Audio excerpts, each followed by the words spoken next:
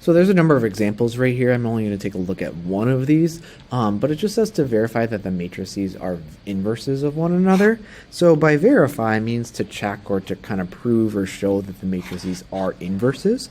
So if you think about what does it mean for matrices to be inverses of each other, well, when you do an operation with them, they should cancel each other out and give you an identity as an answer.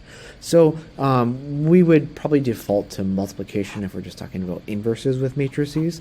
So that's exactly kind of what we want to do here. So I just want to zoom into the first example where we've got A and B. And we just want to verify that they're inverses of each other. So what that should mean is that if I take A times B, so I take 1, 2, 3, 4, and multiply it with negative 2, 1, 3 halves, negative 1 half, they should cancel each other out and give you that identity. So, of course, with matrix multiplication, you need to check that the dimensions all line up, and, you know, we're just doing a 2 by 2 by a 2 by 2.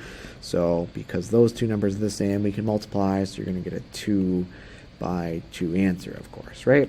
So, that'll be the outline of what we'll get. So, when we multiply this out, we're going to have to do row times column, so 1 times negative 2 and 2 times 3 halves. Add that together, that's going to give you a 1, right?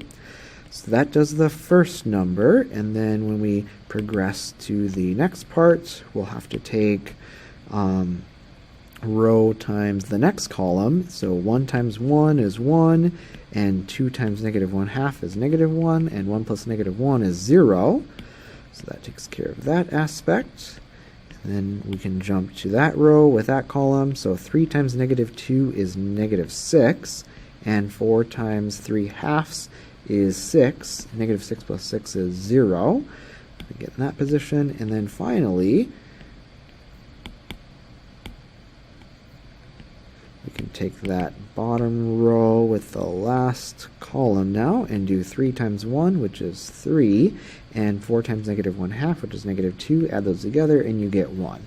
So you can see in our result right there that we did get the identity matrix. So that showed us that A times B did equal I, the identity matrix, the 2 by 2 one. So if you get that to happen, you really don't need to show it the other way, because it does turn out, if it works that way, then B times A, if you put B in front, it will work out to actually equal I. So it just kind of verifies and shows that. And so these are other examples that if you wanted to do it on your own or use technology or whatever, they're going to invert each other.